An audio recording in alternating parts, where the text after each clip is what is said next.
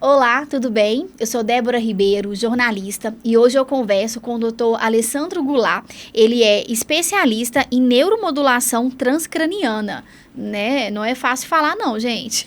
E a gente vai entender um pouquinho mais sobre a área dele, a atuação, a sua especialidade, né? As soluções que hoje ele entrega para os seus pacientes. Então vem com a gente. Obrigado, Débora, obrigado pelo convite.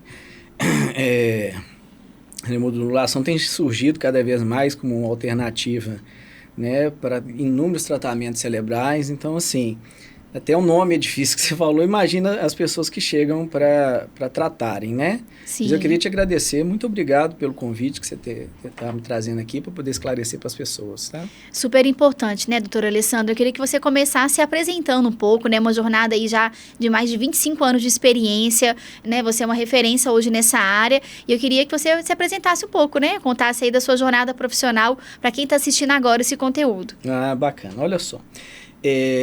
Eu sou de Nova Lima, então se você pensar, o mineiro de verdade, ele vem de Nova Lima. Por quê? Porque lá é que tinha a mina do Morro Velho. Então, assim, a mina é onde realmente eles tiravam o minério, que era lá, na verdade, era de ouro a extração, né?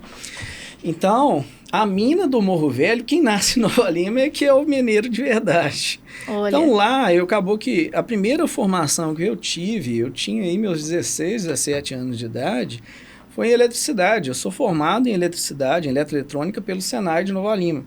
Então, o que acontece com isso?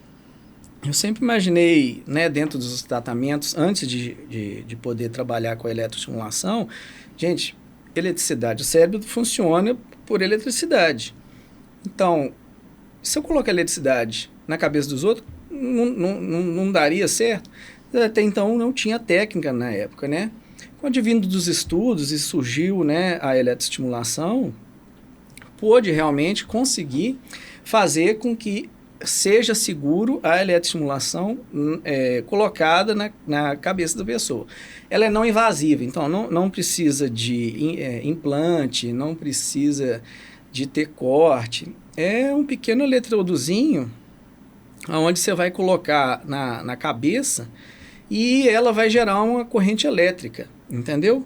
Então, a eletroestimulação, nós utilizamos uma corrente contínua, que um grande medo que as pessoas têm, para você ter uma ideia, é o seguinte, lembra daquela eletroconvulsoterapia que é muito demonizada hoje? Realmente era muito perigoso. Né? Você já ouviu falar sobre Sim, e é importante explicar, né, a diferença, né, entre um tratamento e outro, exatamente para não gerar esse medo. O grande medo das pessoas para o tratamento de eletroestimulação eu vou tomar choque? Eu falei, não vai tomar choque. Por quê? A corrente é contínua, tá? É igual a uma bateria, tá? Esse aqui, ó, vou até mostrar. Então ele não causa incômodo nenhum. Não, o que acontece no momento da estimulação a pessoa sentir um leve formigamento no local, tá? Ela não toma choque, porque a corrente é contínua. Tá aqui, ó. Esse daqui, para você ter uma ideia, é a espuminha. Pega nela para você ver. Essa espuminha, macia. ela fica molhada com soro fisiológico e é colocada na cabeça da pessoa no momento da estimulação. Depois você seca ela, retira ela, acaba aquele incômodo que é só durante a estimulação que a pessoa está fazendo. Então, o que acontece? Durante essa estimulação que a pessoa está, né, no determinado ponto necessário na área cerebral, a ativação permanece constante naquela região que a pessoa precisa e quando termina a estimulação, esse efeito ele perdura no organismo da pessoa. Por quê? Você mostrou para o cérebro o caminho para estimular. Então, até então, pensa o seguinte, a estimulação, ela vai fazer, vamos imaginar que uma região cerebral esteja pouco ativada. E é geralmente isso que, né, traz o adoecimento para as pessoas, seja na depressão, seja na ansiedade, tá? E entre outras. Então, eu vou pegar a área cerebral onde está essa pouca ativação e vou criar essa ativação novamente naquela região, fazendo com que o cérebro venha se recuperar. Que bacana, Alessandro. E eu sei, né, que essa técnica ela ajuda a tratar inúmeras doenças, né, que inclusive são as doenças hoje que a gente pode chamar de mal do século, né, como ansiedade, depressão e outras. Eu queria que você explicasse um pouco, né, sobre as soluções que o tratamento oferece. Pois é, olha só para você ver. Dentro do nosso site, e lá é um espaço onde tem vários profissionais, tem um artigo dentro desse site que a gente fala sobre ansiedade, tá? E na pesquisa que eu estava fazendo com relação à ansiedade, eu encontrei um dado que chamou, né, bastante atenção. No ano de 2007, 2008, mais ou menos, na sociedade, acho que é na Sociedade Paulista de Medicina, a Associação Paulista de Medicina, tá lá esse dado, no nosso site tem esse dado lá, tá? Da onde que foi a fonte. Em 2007, foram consumidos no Brasil, em 2007, 27 mil caixas de clonazepam, que é o Rivotril, tá? Em 2017, quanto que você acha que foi? Foi 27 mil em 2007, 2008. E agora, quanto que você tá? Quanto que você chuta? Esse ano? Não, 2017, que é o último estudo que a gente tem de consumo de clonazepam. No mínimo dobrou, né? Não. Ele mais que dobrou. Ele passou para 56 milhões de caixas anuais. Como que em menos de 10 anos a gente sai da casa dos milhares para a casa dos milhões o consumo de clonazepam no Brasil? Isso só no Brasil. O Brasil hoje só perde para os Estados Unidos para consumo de ansiolítico. Mas a pergunta principal que a gente deve se fazer é: o que foi que mudou em 10 anos que nós saímos das casas dos milhares para os milhões para o consumo de ansiolíticos no país? Isso é um grito silencioso das pessoas. As pessoas estão assim, olha, eu não estou dando conta. A gente estava falando isso nos bastidores, né? Eu quero Exatamente. só fazer um corte, porque é muito importante isso que você está trazendo. Eu tive agora, recentemente, uma experiência com duas amigas no momento social e elas conversando sobre remédios, sim, né? Porque agora eu tomo remédio tal, agora eu tomo esse para dormir, eu tomo esse para acordar. Então, as pessoas estão vivendo sob o efeito de medicação, né? Elas tomam medicação para acordar e para dormir, para poder dar conta, né? Da vida e talvez porque não está lidando, né? Com as emoções, com os sentimentos, da forma que deveria, não sei, né? Eu sou aqui só uma jornalista, mas querendo fazer a provocação para poder ouvir de você, né? O que você acredita, né? Que é a causa disso tudo? Talvez seja esse amontoado de coisas, né? Porque se você for pensar que cada vez mais as pessoas estão usando medicação, é para dar conta de alguma coisa. Ninguém usa medicação ao léu. Ou então, se está usando medicação, é preciso começar a repensar o tipo de vida que está levando. Será que esse tipo de vida que eu estou levando realmente está me trazendo benefício ou malefício? Entendeu? O importante que você pensar para o uso de medicação eu tenho escolha nessa vida, tá? Eu não sou, eu estou. Tá? As abordagens humanistas, existenciais, elas trazem muito isso. Olha, eu não sou, eu estou nesse momento. Entendeu? Então, o que eu preciso de mudar para não precisar de tanto mais, né? E aí a técnica, ela ajuda, assim, minha dúvida então ela vai gerar o estímulo naquela área do cérebro que precisa, né, voltar a ser estimulado, que está ali, vamos dizer, adormecido. E aí, quanto tempo de tratamento, qual duração, né, de cada sessão? Depois que ela faz o tratamento uma vez, isso está resolvido, ela precisa voltar a fazer esse acompanhamento com frequência? Como que funciona, assim, esse retorno? Tá, muito boa essa pergunta que você fez, tá? Porque pensa só, quando eu falo em neuromodulação, eu falo em ativação e falo em inibição. Então, na ansiedade, ela é diferente da depressão. Por exemplo, na depressão, eu tenho uma área cerebral que ela está pouco ativada. E aí, por isso que você tem essa dificuldade da passagem de comunicação. E a maioria dos antidepressivos faz isso. Ele faz com que você tenha uma melhor conectividade novamente. Na ansiedade, é o contrário da depressão. O cérebro está muito ativo numa região, que é o que a maioria dessas medicações fazem. Elas buscam inibir essa área cerebral. Então, o que o aparelho vai fazer? Ao invés dele ativar, eu tenho o outro polo, que é o negativo, que ele vai fazer uma inibição naquela área, diminuindo assim a ansiedade, entendeu? Sim. A mesma, olha só, isso é muito interessante dizer. A mesma área cerebral que a medicação atua, a neuromodulação busca atuar, só que de uma forma endógena. A outra é exógena, entendeu? Entendi. Então, a medicação eu preciso tomar. A eletroestimulação não, eu já faço direto, entendeu? Como eu te mostrei, o equipamento que a gente usa lá, um deles é da NKL, que é excelente.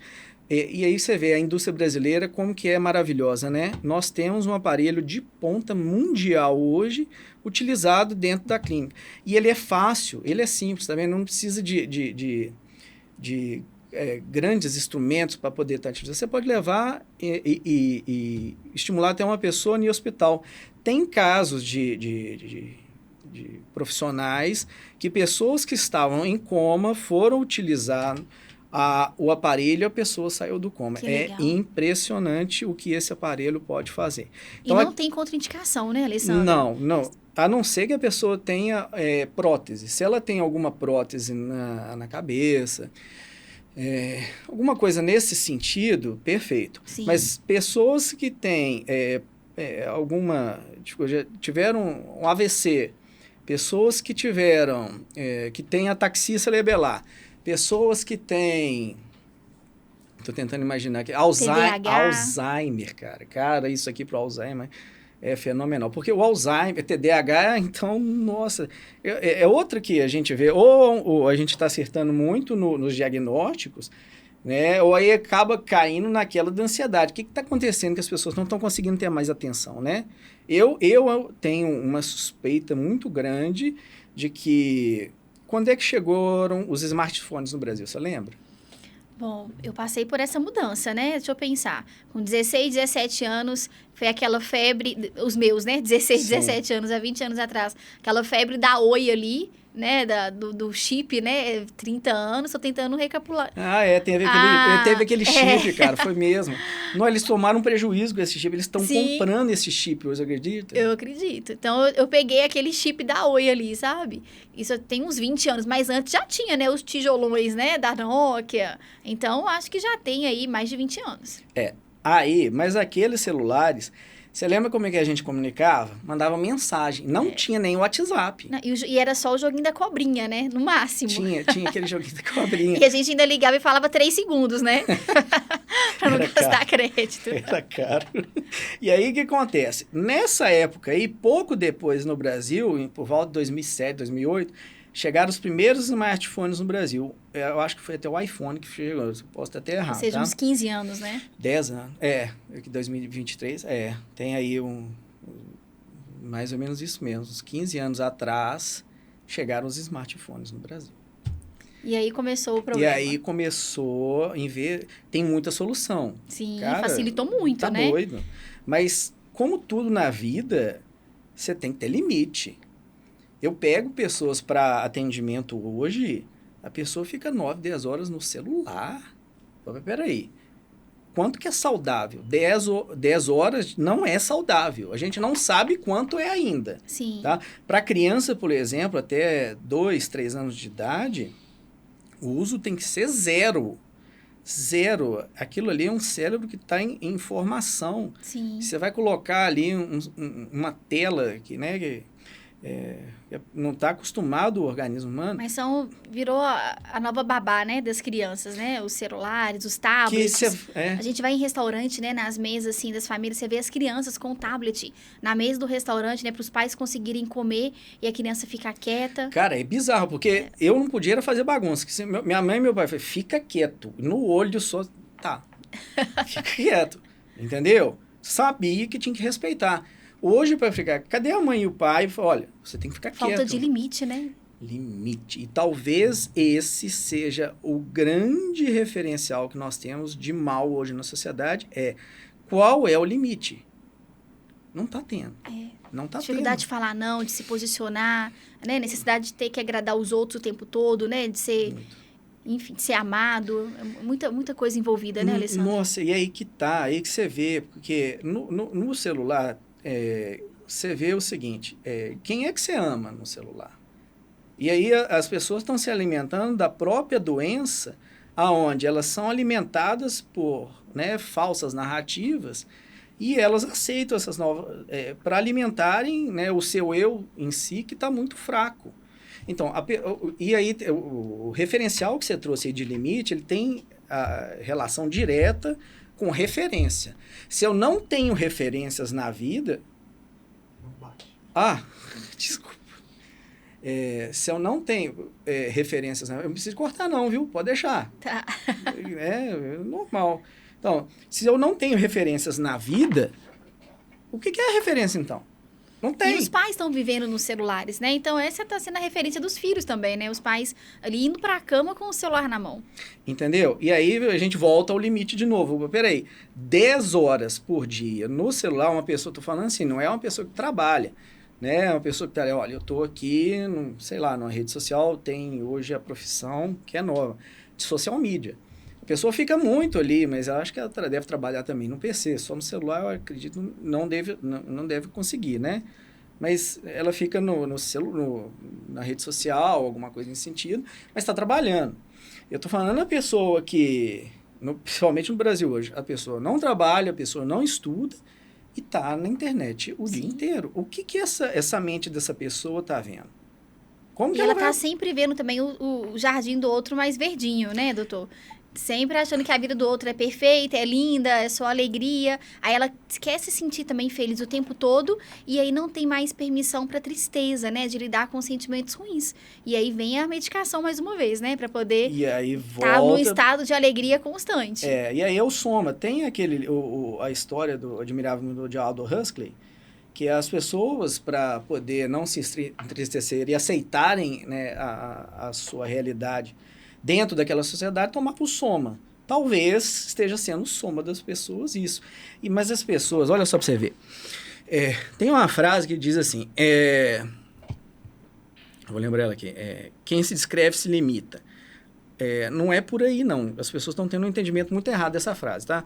Quem se descreve se conhece. Quem se conhece vai muito mais longe. Então, não adianta eu dizer para mim mesmo, eu hoje, com a idade que eu tenho, vou ser campeão olímpico de natação. Não vai rolar, entendeu? Cai na realidade. Por quê? Eu não tenho idade, eu não tenho tamanho, preciso de ser um cara alto, esguio, que treine todo dia.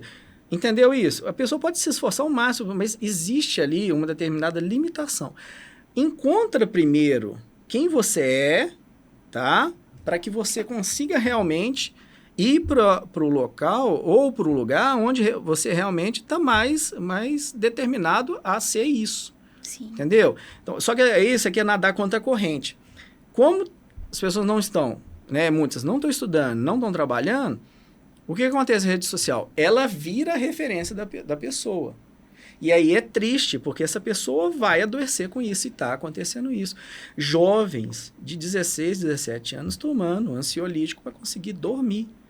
Como que uma pessoa, né, jovem, 16, 17 anos, precisando de ansiolítico para dormir? E aí vem as crianças, que a criança acorda, escola, vai pro, sei lá, judô, ou vai para lá para alguma atividade. Aí no outro dia tem aula de inglês. Aí, peraí, cadê essa criança brincando? Eu tô dizendo, cadê essa criança para brincar? A criança precisa de brincar para ela ser criança. E ela não está conseguindo ser criança. Aonde que está essa criança para ser criança? Ela precisa ser criança.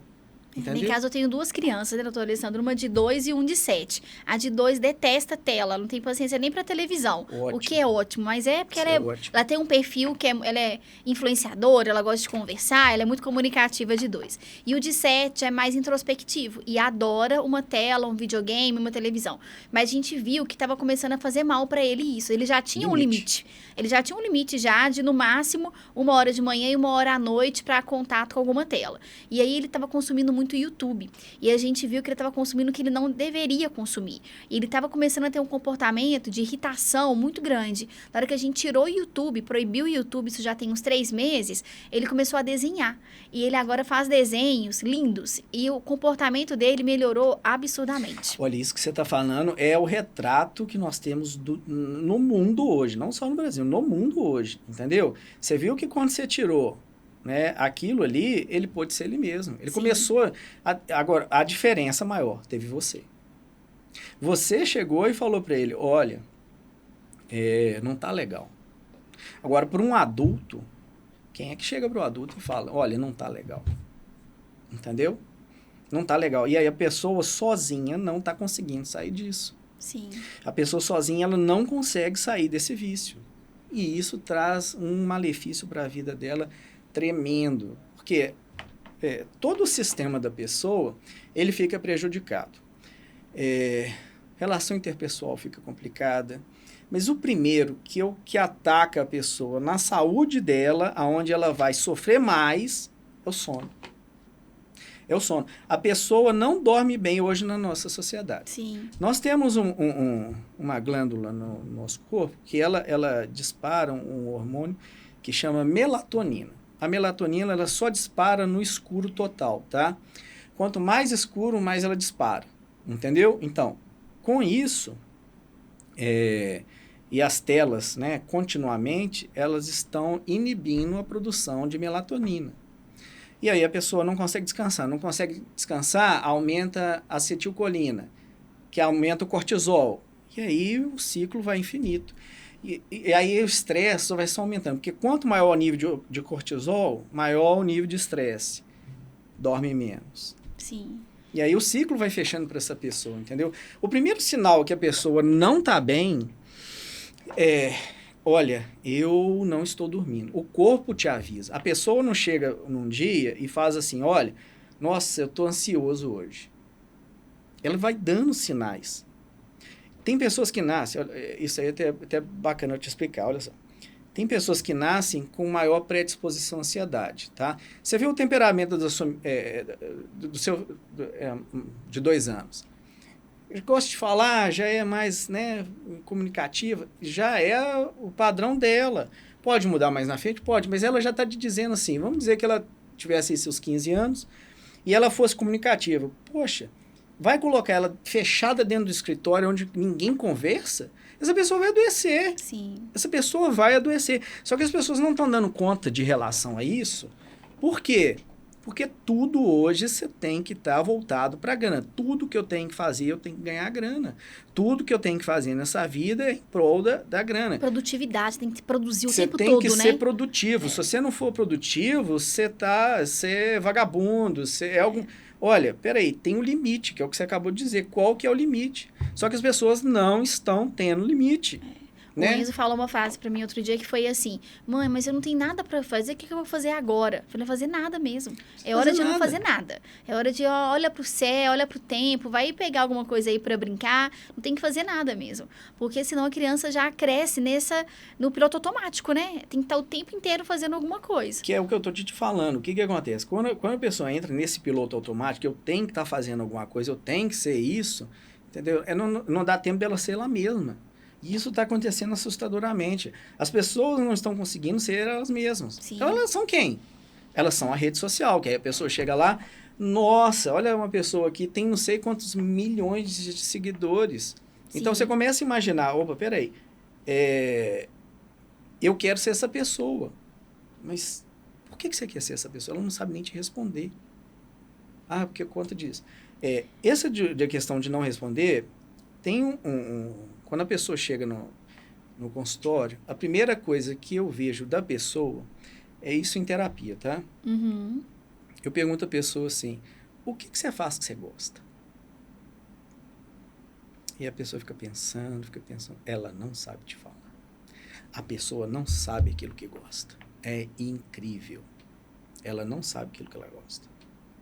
Assustador, né? Assustador, porque se você não faz nada do que você gosta, você entrou nesse piloto automático que você acabou de dizer. E a vida vira um fardo, né? Qual que é o momento de alegria e de prazer, né? Que você tem? Natural, né? Saudável. Aí o que acontece com essa pessoa aí? ela vai buscar referência nessa pessoa que está na rede social. Deixa eu ver o que essa pessoa faz. Que ali é um teatro. Ninguém ali está postando que está com a cara ruim, que está depressivo, que está devendo. Que o que está vivendo de dificuldade, se está devendo, entendeu? Não vai postar isso. Sim. Ali é a vida colorida com arco-íris, ursinhos carinhosos no fim, e ainda tem um potinho de ouro lá que você pode pegar do duende. Não vai rolar isso. A vida não é assim. A gente foi surpreendido agora, né? Há menos de um mês com o relato de um cantor, o Fernando, né? Da dupla Fernando de Sorocaba, que ele estava viciado numa medicação para dormir. Ele usava 15 comprimidos por dia. Ele tinha indicação de tomar um por dia à noite. Ele tomava medicação ao longo do dia e ele contou, né? Numa entrevista, além disso prejudicar o relacionamento dele, né? Com uma outra cantora também, ele teve uma perda financeira muito grande, porque durante a noite ele não dormia, ele ligava para as pessoas de madrugada, ele prometia coisas, ele queria agradar as pessoas de alguma forma, né, dar recompensas, né, pela falta, né, do comportamento dele ali, né, adoecido, e aí ele foi para uma clínica fazer um tratamento para conseguir ficar sem essa medicação. E uma pessoa que a gente vê na rede social, cantor, né, famoso, que a gente imagina que tá tudo bem, né, que a vida ali é só alegria. E é exatamente isso que você fala. Ó, cantor, ele é cantor... De música sertaneja. Sertanejo. Deve estar, né, financeiramente, deve estar realmente bem tranquilo, porque aqui no Brasil pegou bem essa música sertaneja, né? Então, eu imagino que ele esteja bem financeiramente. E aí você percebe que não é grana, que não é dinheiro, né? Que não é dinheiro. Né? E se a pessoa não entrar num processo de autoconhecimento, voltar para dentro de si mesma, né? E perguntar para... né, quem que eu sou e quem realmente eu quero ser. A pessoa não vai sair dessa sozinha, não. Precisa de ajuda profissional. Sim. Tanto que ele procurou ajuda. Falou, olha, você está tomando, não sei qual medicação ele estava tomando, tá? Mas tem gente brincando com medicação aí que pode ser danoso para o cérebro. E, às vezes, o dano que foi feito no cérebro, em determinada região, é muito difícil para poder recuperar. E tudo isso a gente consegue tratar usando a eletroestimulação, inclusive desde crianças até adultos, idosos? Tem pessoas... O meu maior foco é para adultos, tá? Quando chega uma criança, teve uma criança que ela teve traumatismo, tá? Essa criança eu tratei, mas ela teve o traumatismo, ela tinha 10 anos... Eu não trato com menos de 8, 9 anos de idade, porque é um cérebro muito jovem. É lógico que a corrente que eu vou utilizar do aparelho, e ele tem toda essa configuração, tá? A corrente que eu for utilizar num cérebro jovem é ainda menor do que eu utilizo no cérebro de um adulto. Sim. Tá? Então, o que acontece?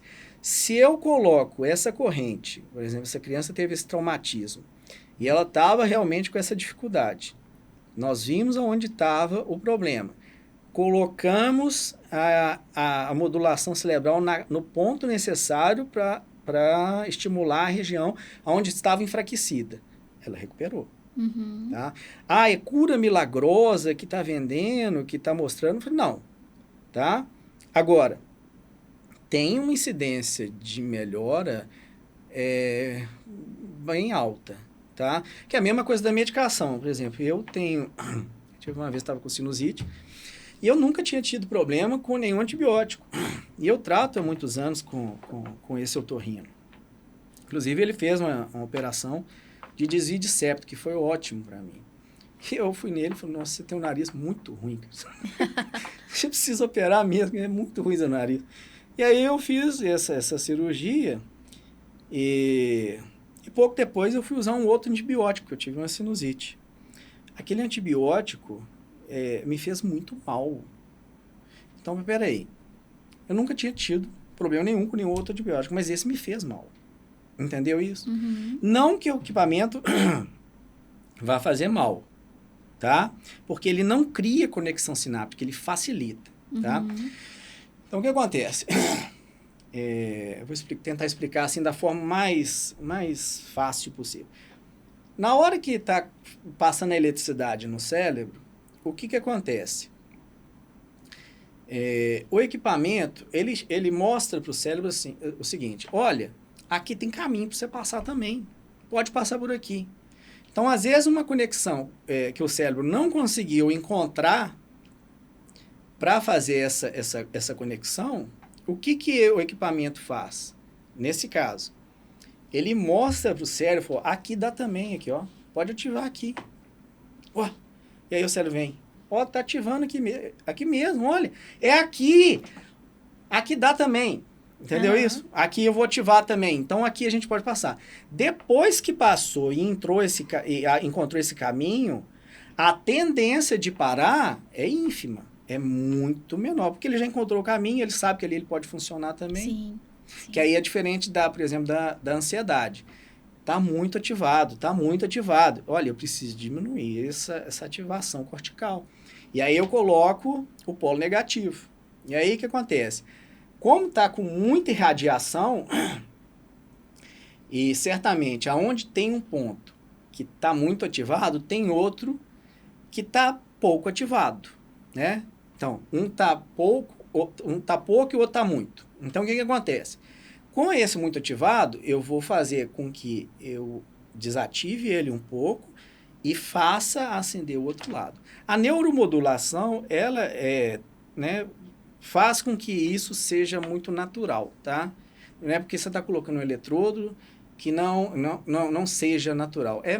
É bem natural isso, porque você só está mostrando para o cérebro o caminho que ele deve seguir. Fantástico, é muito legal, né? Essa junção, né? Essa técnica junto com a psicologia, né? Acaba sendo aí um tratamento muito completo. Porque aí o que acontece? Por exemplo, vamos dizer um tratamento que é fibromialgia, que é dor. A pessoa viver com dor é terrível. Tem uma amiga que está passando por isso e ela está sofrendo muito. Cara, quem vive com dor... E uma mulher jovem, viu? Na faixa aí de 40 anos. Aí que tá. A fibromialgia não escolhe idade, cara. É incrível. Tem 23, 24... Eu já peguei caso de 23, 24 anos de idade. A pessoa com fibromialgia. E aí você percebe que a pessoa tem dor? Tem. Tá? Só que aí fica aquela interrogação. Quanto de dor realmente eu tenho? Não tem como você mensurar. E não tem medicação que tira totalmente essa dor. Ela alivia, mas ela não tira. E aí o que acontece? Na TDCS, tá muito ativo o córtex motor de dor na pessoa, tá? Eu vou procurar restabelecer para que ela pode conviver com a dor. Entendeu? Porque imagina uma pessoa que de 23 anos, na hora que ela chegar nos 43, ela tomou medicação durante 20 anos contínuo para dar conta de viver. Nossa. Por conta de dor. Entendeu?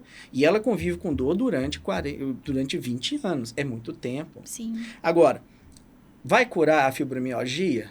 Não. Mas ela vai dar uma qualidade de vida extrema para essa pessoa, para que ela consiga realmente fazer. Sim. O que acontece? Eu vou citar assim, um exemplo. Olha, eu fiz a eletroestimulação na pessoa e terminando. São de 20 a 50 sessões geralmente, tá? E com qual frequência? Assim, uma vez por semana, duas? Qual que é a frequência semanal? Eu começo devagar. Eu preciso de entender esse cérebro que está na minha frente. Então, eu começo com 2 sessões semanais. Depois eu passo para 3, depois eu passo para 4, depois eu passo para 5, tá? Num caso de AVC que teve, que foi muito sério, a pessoa estava correndo quanto tempo? O AVC é interessante, porque depois que você teve... O AVC são 2, tá? Tem o isquêmico e tem o hemorrágico. O isquêmico é aquele mais leve. Então, em geral, ele é mais fácil de recuperar. O hemorrágico, ele deixa dano. E tem a outra categoria dentro do hemorrágico, que é o subaracnoide, que esse é pancada. Mas vamos deixar para exemplo apenas isquêmico e hemorrágico, que geralmente que as pessoas conhecem. Então vamos dizer que do lado esquerdo tenha tido uma lesão cerebral grave, e impactou determinado ponto no cérebro da pessoa. Existe um exame que chama tractografia, tá? É uma ressonância tractográfica, imagem tractográfica. Então, ela chama ressonância de tractografia. Então, o que acontece? Essa ressonância, ela vai me mostrar os tratos cerebrais, tá? Aonde que estão as conexões cerebrais que restaram nessa pessoa. E olha que interessante esse exame. Esse exame, ele me dá o mapa da mina da pessoa. Então, vamos dizer que assim, tá lá do lado esquerdo eu tenho na minha mão aqui 5 e do outro lado eu tenho 5. Só que logo que dá um insulto, o seu cérebro tem A, B, C, ele tem vários planos para se recompor, porque o cérebro não para. Então o que acontece? Aí vamos dizer que do lado esquerdo, 3 desses foram embora. Vamos dizer, acho que... Deixei um. Então dos 5, 4 falharam. E eu tenho 5 do lado direito. Automaticamente, o cérebro vai começar, ele vai jogar toda a conexão cerebral para o outro lado. Faz sentido isso que eu estou te falando? Por quê? Aqui não tem mais. Sim. Entendeu? Eu estou fazendo esse exemplo aqui só para elucidar, tá bom?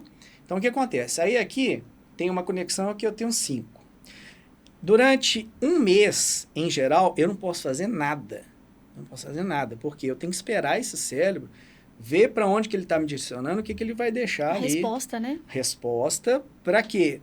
Para que eu, depois desse tempo, aí eu venha assim e venha a estimular. Como sobrou isso aqui, ele jogou toda a energia para esse lado. O que acontece? Você fala, não, aqui já compensa. Eu vou parar de ficar me mandando para lá. E aqui começa a ficar enfraquecido. O que a eletroestimulação vai fazer? Eu coloco a estimulação desse lado, tá? Na força total, para chamar de novo essa conexão para que estabilize novamente esse cérebro. É fenomenal, cara. Muito legal. É muito legal. Doutora Alessandra, queria que a gente fechasse falando de um assunto muito importante. A gente tem muito conteúdo para a gente poder falar também nos próximos episódios. É muito assunto, né? É só o primeiro que a gente está gravando hoje. Queria que você falasse, a gente está nesse momento aí de pós-Covid, né? Inclusive hoje saiu uma notícia, né, da OMS que a gente acabou com a pandemia, né? Acabou a fase emergencial da pandemia. Essa notícia tão esperada aí saiu depois de 3 anos. Mas a pandemia está deixando sequelas, né, e consequências para as pessoas, inclusive essa questão da perda de memória. Você falou, né, mais no início sobre a questão do Alzheimer. Eu queria que você explicasse melhor, né, como que essa técnica pode ajudar as pessoas, porque eu, inclusive, sou uma delas que tive a questão da memória. Minha memória não é a mesma depois da Covid. Eu não sei se foi a questão da vacina, se foi a questão da doença, a gente vai descobrir futuramente. Mas muita gente queixando, né, que a memória não é a mesma depois que teve a Covid. E eu queria que você comentasse sobre isso. Ô Débora, essa queixa que você está dizendo que você teve aí, quem teve pós-Covid, mais da metade, 60% das pessoas que chegam com essa queixa lá, elas estão com essa dificuldade de memória, né? A gente não sabe ainda o que está acontecendo, por que ela afetou tanto a memória, tá? Eu tive Covid também e ela afetou muito meu pulmão, tá? TDAH, ela tem um indício bem forte, porque a própria pessoa já percebe que ela não consegue concentrar, ela não tem coordenação motora, ela tem dificuldade de sono.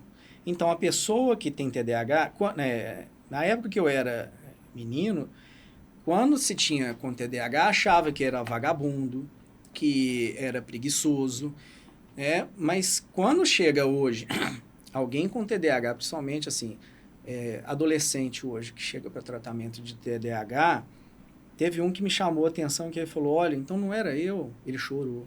Aquilo mexeu muito comigo. Imagina. Nossa, não era eu não conseguia fazer, não era por minha causa, eu não sou burro, não.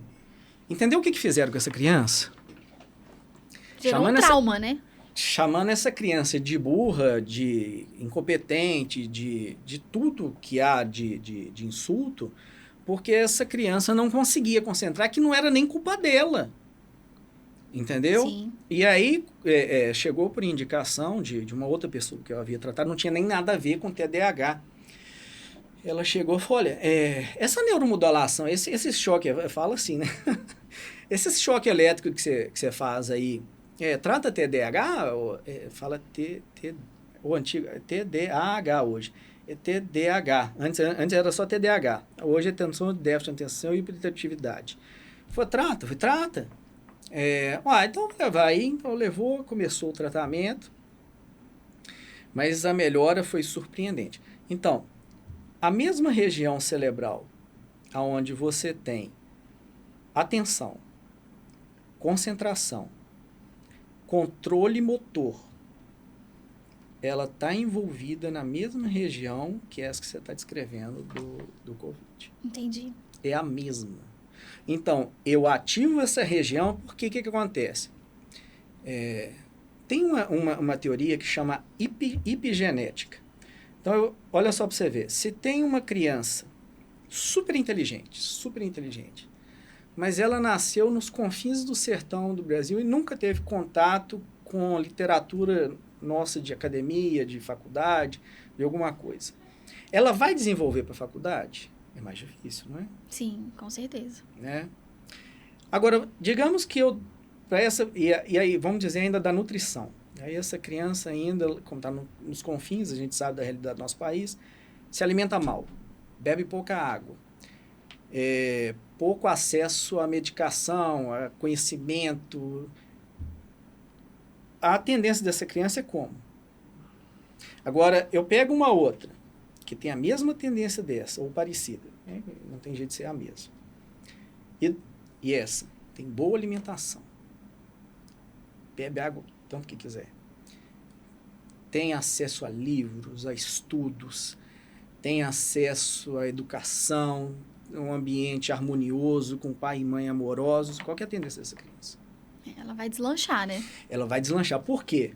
A epigenética viu isso. Não adianta o cérebro ser o mesmo, sendo que ele não recebeu o estímulo adequado. Sim. Que é o que a neuromodulação busca. Ela procura modular novamente esse cérebro para um funcionamento melhor, tá? Uhum. Mas se eu colocar todo o tratamento só em cima dele, não vai. Eu preciso de cercar, que é o que a gente fala dentro da teoria sistêmica, qual é esse sistema que a pessoa tá para cercar essa parte para conseguir, entendeu? Ótimo.